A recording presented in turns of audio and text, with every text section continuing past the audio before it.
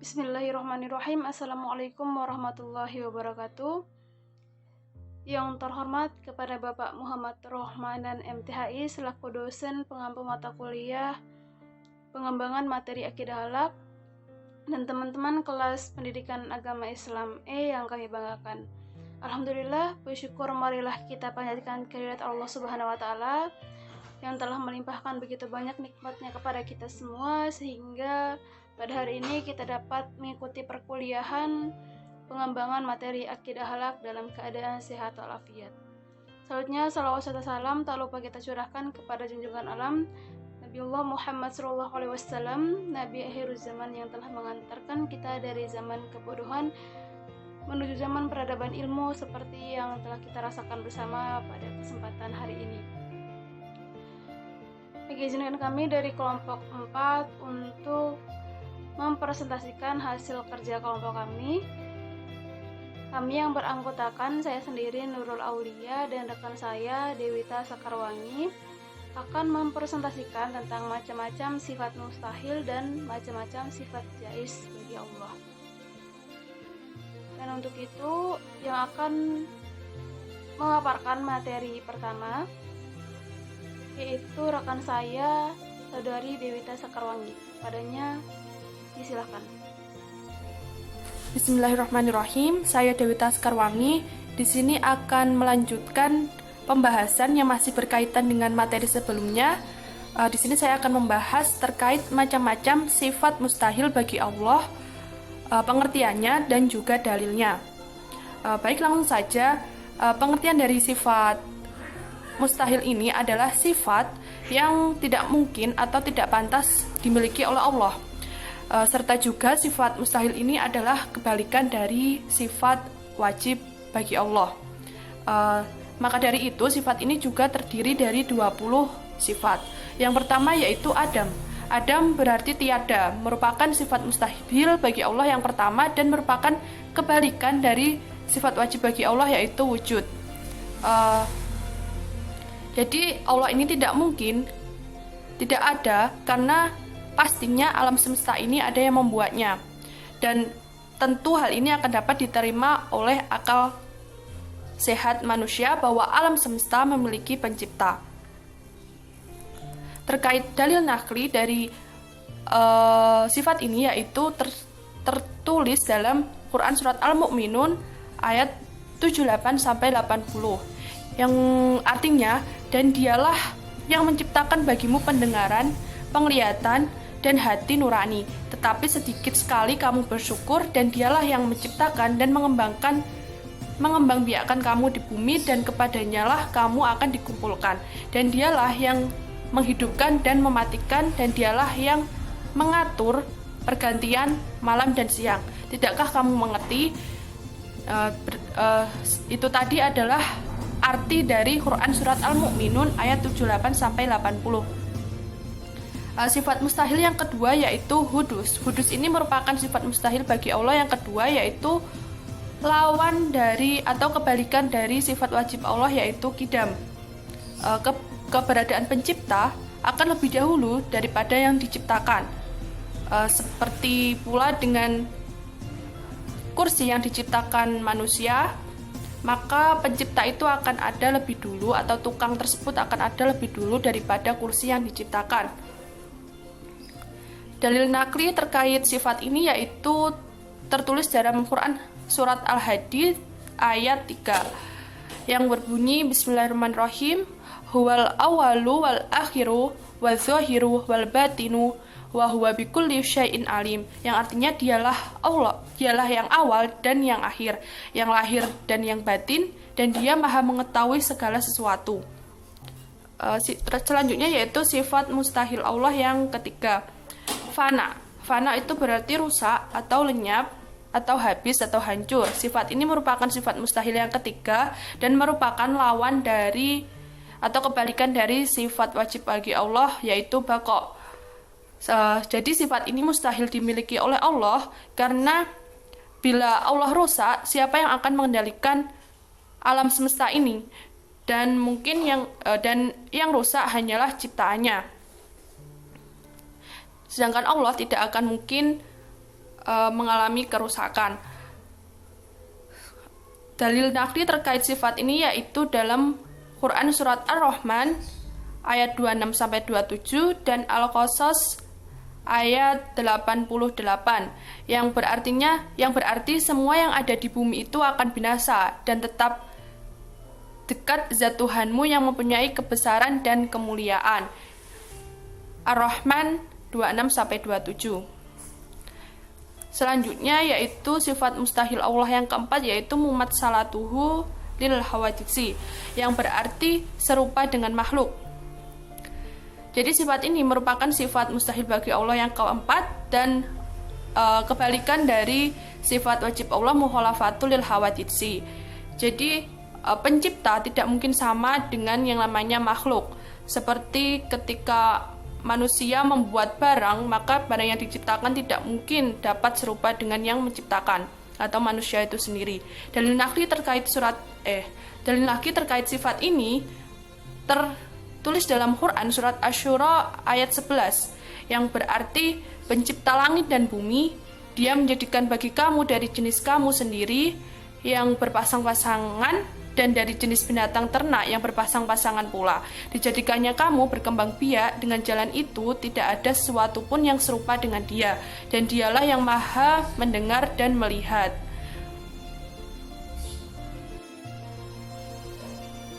Sifat mustahil bagi Allah yang kelima yaitu ihtiyajuhu li ghairihi. Arti dari ihtiyajuhu li ghairihi adalah membutuhkan yang lain, atau maksudnya adalah sebuah zat yang memerlukan zat untuk menjadi tempat keberadaannya. Jadi intinya membutuhkan yang lain. Padahal sebagaimana di sifat wajib bagi Allah, Allah ini bersifat khiyamuhu binafsihi atau berdiri sendiri. Jadi Allah mampu menciptakan dan mengatur semua makhluknya tanpa memerlukan bantuan siapapun. Dalil terkait sifat ini yaitu dalam Quran surat Muhammad ayat 38 dan Quran surat Al-Ankabut ayat 6 yang artinya, dan Allah yang maha kaya sedangkan kamulah yang membutuhkan karunia-Nya. Quran surat Muhammad ayat 38. Lalu selanjutnya yaitu ta'addud atau berbilang, artinya berbilang atau lebih dari satu. Maksudnya itu ada zat atau sifat yang menandingi Allah Subhanahu wa Ta'ala. Sifat ini adalah sifat mustahil bagi Allah yang keenam dan kebalikan dari sifat wahdaniyah. Allah itu Maha Esa, jika lebih dari satu pasti akan terjadi perdebatan dan akan rusak keduanya. Allah tidak mempunyai sekutu, tidak beranak dan tidak pula diperanakan. Terkait sifat ini, dalil nakli dari sifat ini yaitu terdapat dalam Quran surat Al-Anbiya ayat 22, Quran surat Al-Baqarah ayat 163, Quran surat Al-Maidah 73 dan tentunya Quran surat Al-Ikhlas ayat 1 dan sampai 4. Arti dari Quran surat Al-Anbiya ayat 22 yaitu seandainya pada keduanya di langit dan di bumi ada Tuhan-Tuhan selain Allah, tentu keduanya telah binasa. Maha suci Allah yang memiliki arsy dari apa yang mereka sifatkan. Selanjutnya sifat mustahil bagi Allah yang ketujuh yaitu ajzun. Ajzun itu memiliki arti lemah atau tidak kuasa dan merupakan kebalikan dari sifat wajib Allah khudrat. Sifat wajib bagi Allah yaitu khudrat. Jadi mustahil bagi Allah ini memiliki sifat lemah karena Allah adalah pencipta segala sesuatu, dan tanpa kekuasaan Allah tidak mungkin tercipta alam semesta ini. Terkait dalil nakli dari sifat ini yaitu dalam Quran surat Al-Fatir ayat 44 dan Quran surat Al-Baqarah ayat 20. Arti dari Quran surat Al-Fatir ayat 44 yaitu, dan apakah mereka tidak berjalan di muka bumi lalu melihat bagaimana kesudahan orang-orang sebelum mereka atau yang mendustakan Rasul, padahal orang-orang itu lebih besar kekuatannya daripada mereka, dan tidak sesuatu pun yang dapat melemahkan Allah baik dari langit maupun di bumi. Sungguh Dia maha mengetahui dan maha kuasa. Selanjutnya sifat mustahil bagi Allah yang ke-8 yaitu karohah. Karoha sendiri artinya adalah terpaksa. Maksudnya ini Allah menciptakan alam semesta tanpa disertai kehendaknya. Dalam artian disertai kelalaian karena sebuah tabiat. Dan sifat ini merupakan kebalikan dari sifat iradah. Mustahil bagi Allah memiliki sifat ini karena Allah adalah Maha berkehendak atas segala sesuatu. Tidak ada seorang pun yang dapat melawan kehendaknya yang tentu akan terlaksana. Dalil nakli terkait sifat ini yaitu dalam surat Al-Buruj ayat 16 dan Yasin ayat 82 yang artinya Maha kuasa berbuat apa yang Dia kehendaki. Quran surat Al-Buruj ayat 16. Dan sesungguhnya keadaannya apabila Dia menghendaki sesuatu hanyalah berkata kepadanya jadilah maka terjadilah ia, yaitu arti Quran surat Yasin ayat 82. Sifat mustahil selanjutnya yaitu jahlun. Seperti yang kita ketahui, jahlun artinya bodoh atau babil. Sifat ini merupakan sifat mustahil yang dimiliki oleh Allah yang ke-9 dan merupakan kebalikan dari sifat wajib Allah yaitu ilmu. Apabila kita perhatikan, ciptaan Allah adalah sangat sempurna. Mustahil bagi Allah bersifat jahlun. Seperti contohnya kita saja oleh Allah diberikan kepandaian, tapi masa yang menciptakan tidak pandai seperti itu. Dalil nakli terkait sifat mustahil bagi Allah yang ke-9 ini adalah Quran surat Al-Isra ayat 85 dan Quran surat Al-Mujadilah ayat 7 yang artinya dan mereka bertanya kepadamu tentang roh. Katakanlah, roh itu termasuk urusan Tuhanku, dan tidakkah kamu diberi pengetahuan melainkan sedikit. Itu merupakan arti dari Quran surat Al-Isra ayat 85. Dan sesungguhnya Allah Maha mengetahui segala sesuatu. Potongan merupakan arti potongan dari Quran surat Al-Mujadilah ayat 7. Yang ke-10 sifat mustahil bagi Allah yaitu mautun. Mautun artinya mati dan merupakan kebalikan dari sifat hayat. Mustahil bagi Allah ini bersifat mautun atau mati karena Allah memiliki sifat kekal. Allah akan senantiasa mengurus makhluknya. Dia akan mengatur, menjaga dan memelihara seluruh alam semesta. Jadi bisa dibayangkan jika Allah ini bersifat mautun atau mati. Terkait dalil dari sifat ini dalil nakli dari sifat ini yaitu tertulis dalam Quran surat Al-Baqarah ayat 255. Yang artinya Allah tidak ada Tuhan atau yang berhak disembah melainkan Dia yang hidup kekal lagi terus-menerus mengurus makhluknya dan tidak mengantuk dan tidak tidur. Kepunyaannya apa yang di langit dan di bumi. Sifat Allah yang selanjutnya yaitu somamun yang berarti tuli.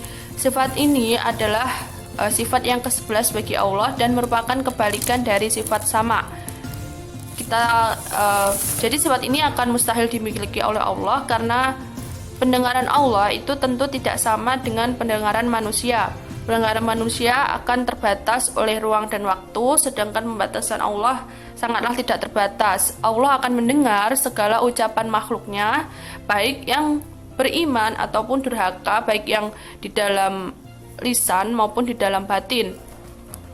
Terkait dalil nakli dari sifat ini yaitu dalam Quran surat Al-Baqarah ayat 256 dan Quran surat Al-Hujurat ayat 1 yang artinya dan Allah Maha mendengar, Maha mengetahui. Quran surat Al-Baqarah 256, sesungguhnya Allah Maha mendengar lagi Maha mengetahui. Al-Hujurat ayat 1. Untuk sifat mustahil selanjutnya yaitu umyun. Umyun itu berarti buta. Sifat ini sifat mustahil bagi Allah yang ke-12 dan kebalikan dari sifat wajib Allah basor. Jadi tidak mungkin Allah ini bersifat umyun karena tidak ada segala sesuatu pun di semesta ini yang akan luput dari pandangan Allah. Meskipun itu hewan sekecil semut dalam kegelapan, maka Allah pun dapat melihatnya.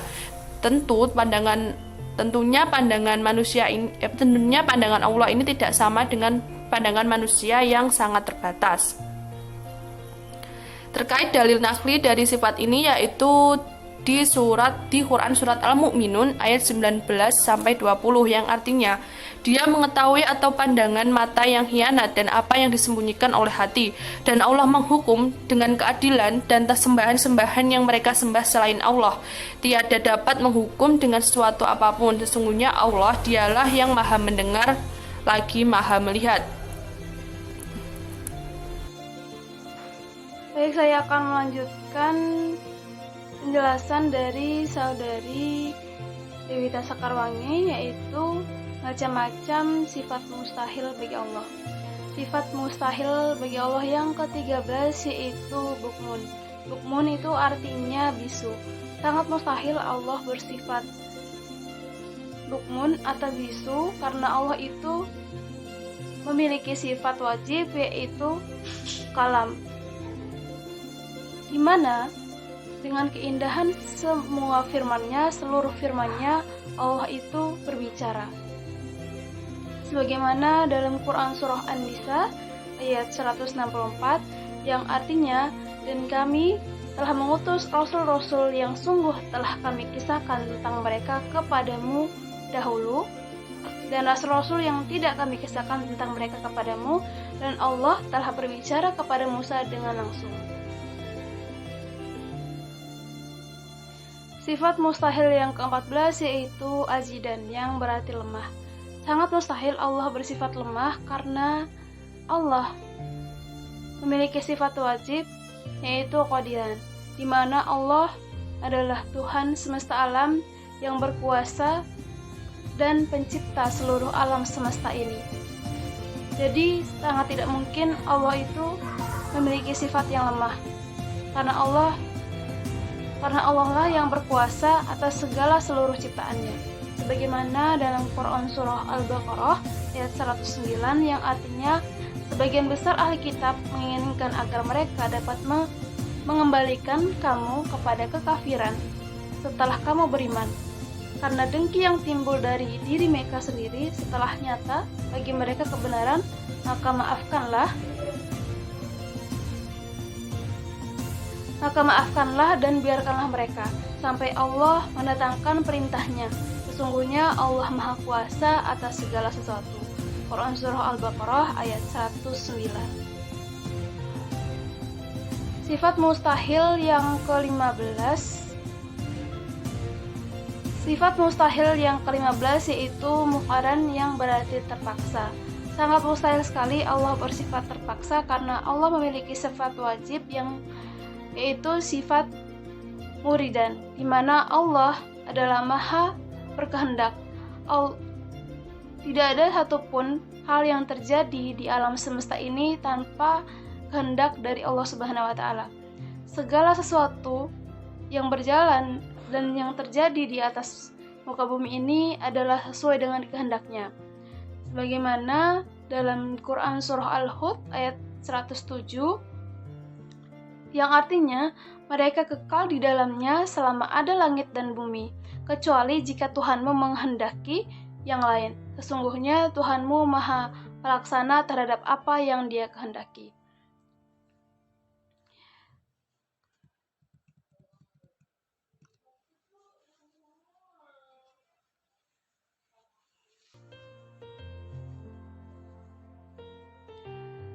Sifat mustahil yang ke-16 yaitu jahilan. Jahilan yang berarti bodoh. Sangat mustahil sekali Allah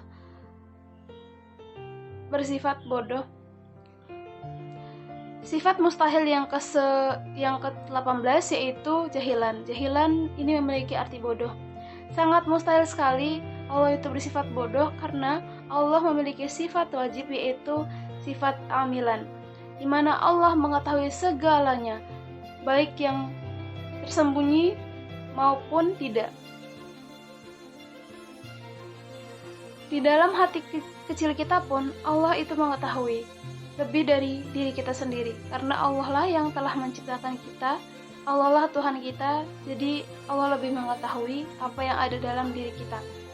Sebagaimana dalam Quran Surah Al-Hujurat ayat 16 yang berbunyi, katakanlah, yang artinya, katakanlah kepada mereka, apakah kamu akan memberitahukan kepada Allah tentang agamamu, padahal Allah mengetahui apa yang ada di langit dan apa yang ada di bumi, dan Allah Maha mengetahui segala sesuatu. Sifat mustahil yang ke-17 yaitu mayitan, yang berarti mati. Bagaimana mungkin Allah dapat mati sedangkan Allah lah yang menciptakan kita semua, sedangkan Allah lah yang menciptakan seluruh alam semesta ini. Allah memiliki sifat wajib yaitu hayyan, yang artinya yang maha hidup. Allah kekal abadi dan tidak akan pernah mati. Allah akan senantiasa mengawasi seluruh ciptaannya. Bagaimana dalam Quran Surah Al-Baqarah ayat 255 yang berbunyi, Allahu la ilaha illa wal hayyul qayyum. Allah, tidak ada Tuhan yang berhak disembah melainkan Dia yang hidup, kekal lagi terus-menerus mengurus makhluknya. Sifat mustahil yang ke-18 yaitu as-somu, yang berarti tuli. Sangat mustahil sekali Allah bersifat tuli, karena Allah itu memiliki sifat wajib yaitu sami'an, yang berarti yang maha mendengar. Pendengaran Allah itu tidak ada batasnya. Allah dapat mendengar apa saja. Allah dapat mendengar apa saja, bahkan yang tidak dapat didengar oleh kita. Allah dapat mendengar segala sesuatu dari ciptaannya. Bagaimana dalam Quran Surat Al-Hujurat ayat 1, Innallaha sami'un alim. Sesungguhnya Allah maha mendengar lagi maha mengetahui. Sifat mustahil yang ke-19 yaitu a'ma, yang berarti buta. Sangat mustahil sekali Allah memiliki sifat buta, karena Allah itu maha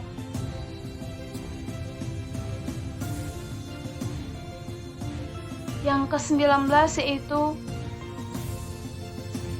sifat mustahil yang ke-19 yaitu a'ma, yang berarti buta. Sangat mustahil sekali Allah itu bersifat buta, karena Allah itu memiliki sifat wajib yaitu al-basir, yang artinya yang maha melihat. Penglihatan Allah tidak terbatas. Allah dapat melihat segala sesuatu yang tampak maupun yang tidak tampak. Sebagaimana dijelaskan dalam Quran Surah Al-Isra ayat 1, Innahu huwas sami'ul basir. Sesungguhnya Dia maha mendengar, maha melihat. Sifat mustahil yang ke-20 yaitu akam, yang berarti bisu. Sangat mustahil sekali Allah bersifat bisu, karena Allah itu memiliki sifat mutakaliman. Allah itu berfirman kepada para nabi yang tertulis dalam kitab-kitabnya. Sebagaimana dalam Quran Surah An-Nisa ayat 164, Wa kalamallahu Musa takliman, yang artinya dan Allah telah berbicara kepada Musa dengan langsung. Baik, itu dia 20 sifat mustahil bagi Allah. Selanjutnya yaitu sifat jaiz bagi Allah dan ta'alluqnya. Ta'alluq itu artinya keterkaitan.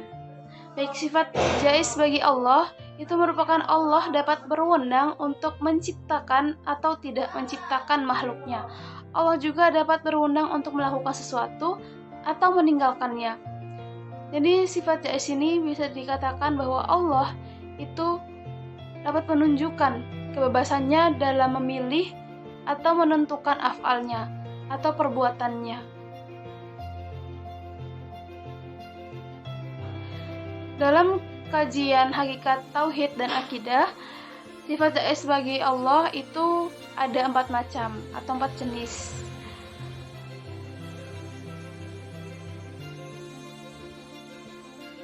Yang pertama yaitu mungkin pada masa lalu atau wajada wa anqada. Mungkin pada masa lalu ini dapat dikatakan seperti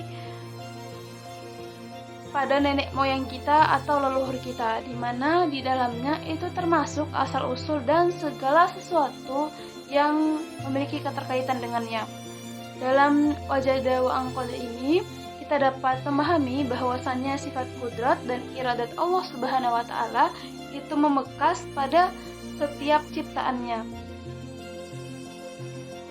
Atau dengan kata lain, itu sifat kudrat dan iradat Allah Subhanahu wa taala ini tertanam dalam setiap ciptaannya. Dan hal ini itu dinamakan atau dapat disebut dengan taksyariyah. Yang kedua yaitu mungkin pada saat ini atau maujudat. Mungkin pada saat ini itu dapat dikatakan seperti bumi dan langit beserta segala isinya. Yang di dalamnya itu mungkin saja seperti yang kita pernah dengar itu alien, itu mungkin saja ada atau mungkin juga tidak ada. Dan lain sebagainya. Dalam maujudat ini, itu kita dapat memahami bahwasannya sifat kudrat dan iradat Allah Subhanahu wa taala itu beserta dengan seluruh ciptaannya atau membersamai seluruh ciptaannya.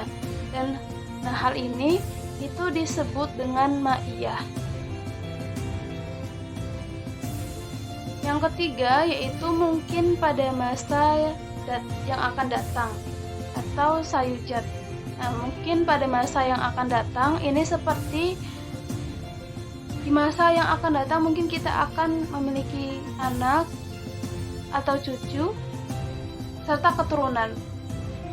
Nah, dalam mungkin sayujat ini kita dapat memahami bahwasannya segala hal yang akan terjadi di masa yang akan datang itu merupakan penetapan dan hukum atau sebab dari sifat kudrat dan iradat Allah Subhanahu wa taala. Nah, hal ini itu dapat dinamakan dengan hukmiyah.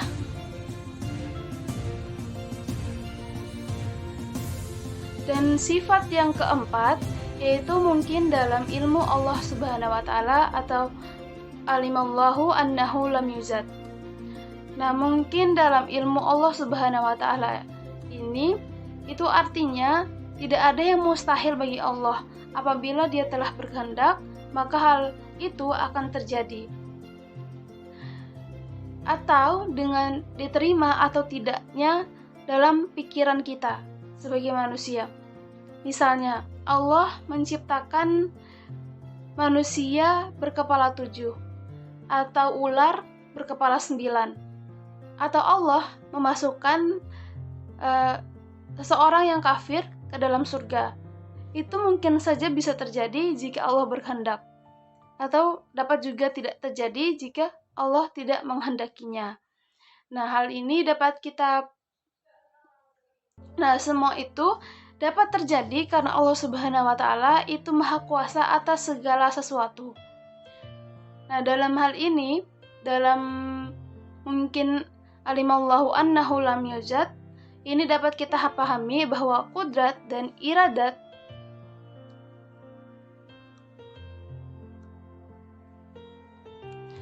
dalam hal ini kita dapat memahami bahwa Allah Subhanahu wa taala itu merupakan yang memberikan kekuatan dan yang menguatkan ciptaannya.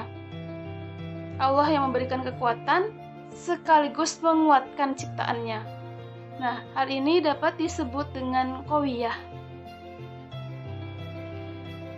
Dan untuk sifat wajib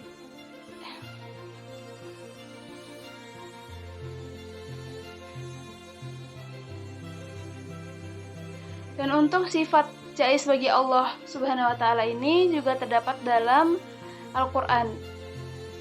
Yang pertama yaitu terdapat pada Quran surah Al-Qasas ayat 68 yang artinya, dan Tuhanmu menciptakan apa yang Dia kehendaki dan memilihnya.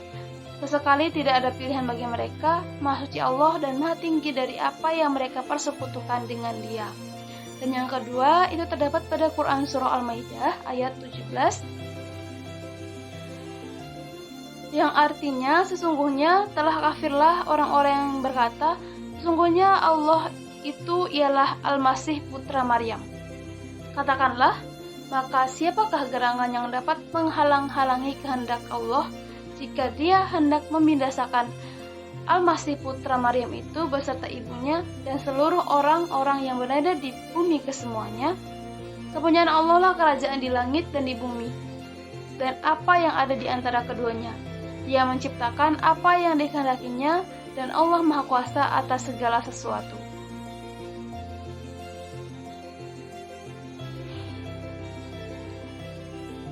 Baik, mungkin itu saja pemaparan materi yang dapat kami sampaikan. Lebih dan kurangnya kami mohon maaf. Jika terdapat teman-teman yang masih kurang memahami pemaparan materi dari kami, teman-teman bisa bertanya via e-learning. Terima kasih. Wassalamualaikum warahmatullahi wabarakatuh.